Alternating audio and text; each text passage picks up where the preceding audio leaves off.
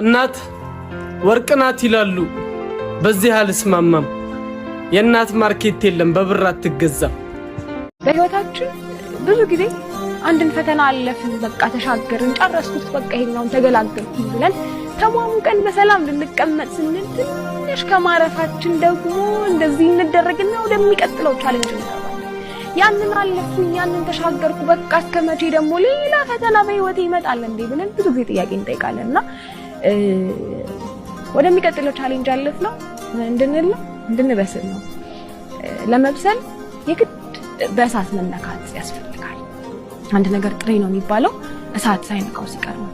አንድ ነገር ገና እንጭጭ ነው ምንም አልበሰለም የምንለው ምንም እሳት ሳይነካው ሲቀር፣ ሙቀት ሳያገኘው ሲቀር ጥሬ ነው እንላለን።